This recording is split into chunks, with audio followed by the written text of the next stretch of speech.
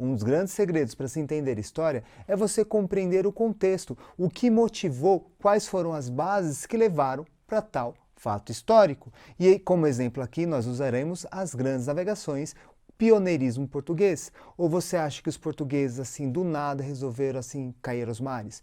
O infante Dom Henrique teve um sonho e acordou e falou: beleza, agora vamos para as grandes navegações?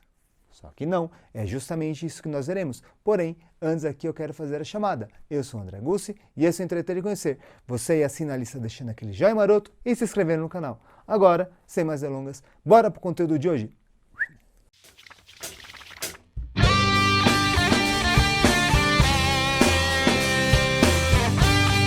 Grandes navegações, como já dito no vídeo anterior, foram aquele movimento no qual os europeus desbravaram o Oceano Atlântico em busca de novas rotas comerciais, tentando atingir as Índias. E o país que deu início a isso tudo foi Portugal. E no vídeo de hoje nós entenderemos 5 fatores que favoreceram a esse país a ser o primeiro a se colocar nessa corrida. Vale lembrar, pioneiro é aquele que vem primeiro.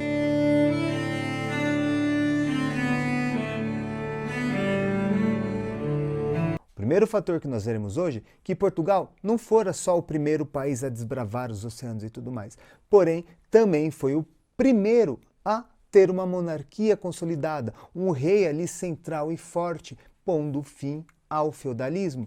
Aqui esse evento ocorreu com a Revolução de Aves. Qual é o contexto disso? Na Guerra da Reconquista. Tema esse que eu explicarei em detalhes no vídeo sobre as navegações espanholas. Mas aqui de forma muito resumida os muçulmanos tomaram a Península Ibérica, ali onde está Portugal e Espanha, e os europeus cristãos foram expulsando os mouros desta região. Neste processo formou-se o Estado português, de início vinculado ao reino de Castela, meio que ele sendo um vassalo dele, ele estava ali preso dessa forma.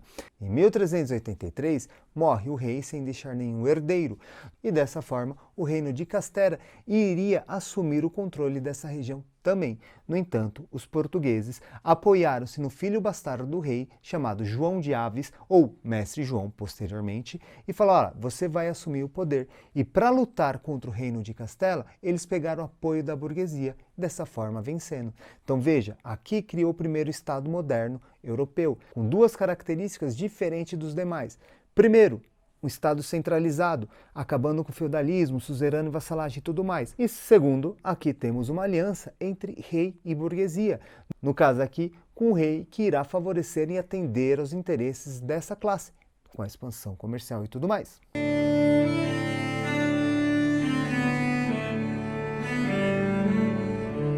Um outro fator que favoreceu as navegações portuguesas foi justamente sua localização. Veja aqui no mapa, ela está na porta do Atlântico. Então, no continente está englobada ali pela Espanha e Mar Atlântico. Dessa forma, sendo muito mais prático e conveniente você partir para rotas comerciais marítimas, uma vez que terrestre você vai ter uma certa desvantagem. E sem contar que o fato que ali próximo a Portugal existiam algumas correntes marítimas que favoreciam a navegação. Então, eles souberam aproveitar esses fatores muito bem.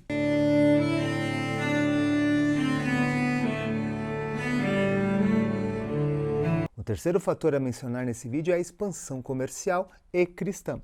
Vejam, aqui na Europa, nesse período, o comércio está se renascendo. Como pode ver nesse mapa aqui, a principal fonte ali é ali a Itália, perto do mar Mediterrâneo e tudo mais. Se você olhar Portugal, está afastado daí, tem países, tal, geograficamente fica difícil chegar ali.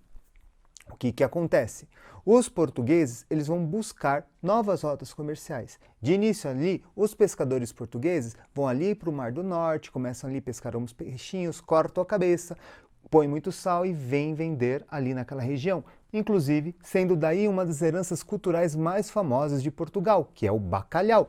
Na verdade, gente, aqui é importante ressaltar, bacalhau não é um peixe em específico, tá? É uma forma de você preparar o peixe, no qual você corta a cabeça, que apodrece mais rápido, põe um monte de sal, porque nessa época não tinha geladeira. Então, para você conservar o alimento, você tinha que colocar sal. E dessa forma, formando esse prato, que é o bacalhau. Então, mais uma vez, não é peixe, hein? Que não é por menos que a maioria das caravelas, ou sempre que você vê os barcos desse período, portugueses principalmente, tem a cruz da Ordem de Cristo, no qual um dos intuitos também é catequizar esses novos lugares encontrados.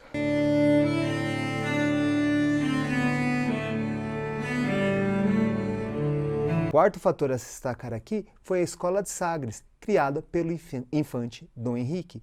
Infante aqui, cuidado com essa palavra. Em português, aqui atualmente, a gente entende como criança.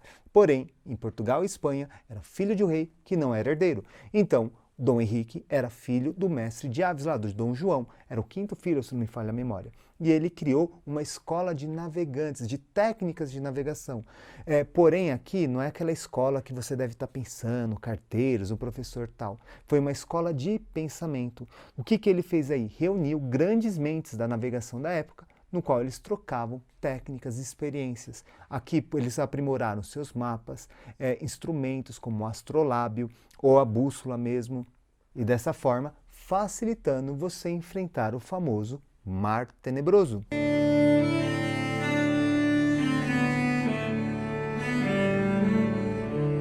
E juntando todos esses fatores, os portugueses já tinham condições de realizar o famoso périplo africano. Então o que seria isso?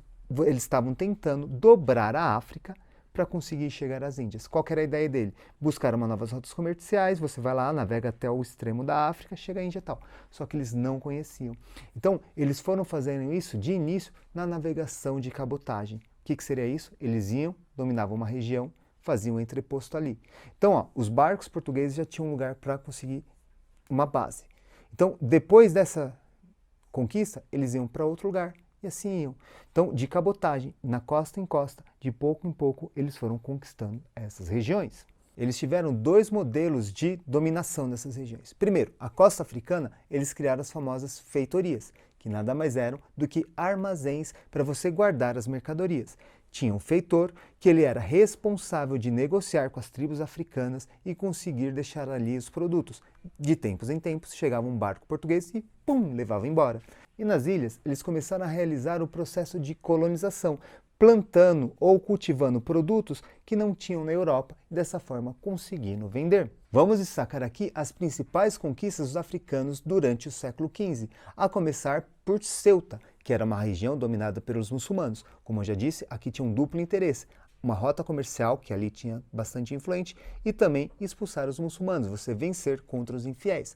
Dominado Ceuta, eles vão usar de entreposto para ir outras regiões. Aqui, nesse primeiro momento, nessa costa, eles vão ter a primeira barreira, que é o Cabo Bojador. O que vai acontecer ali? Nesse cabo vai ter uma extensão de cerca de 4 quilômetros de pedra.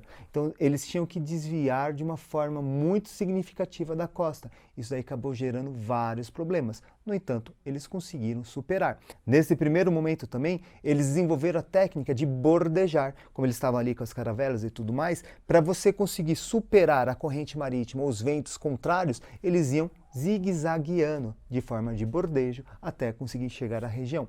Depois ali do Cabo Bojador, eles começaram a usar a técnica de contorno do continente. E dessa forma, aos poucos, eles foram ampliando suas conquistas, dominando a costa ocidental africana. Aqui cabe uma fofoca histórica. Teve um navegante chamado Diogo Cão, que ele conquistou uma região e falou: eu consegui dobrar a África, e trouxe a mensagem lá para o rei e tudo mais. No entanto, logo em seguida, eles descobriram que isso não aconteceu. E dizem que o Diogo Cão, a carreira dele foi arruinada e tudo mais.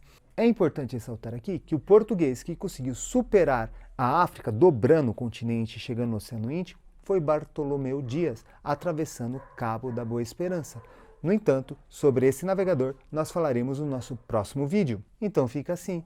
E aí, conseguiu entender os fatores que de fato favoreceram ao pioneirismo português na conquista do Mar Atlântico?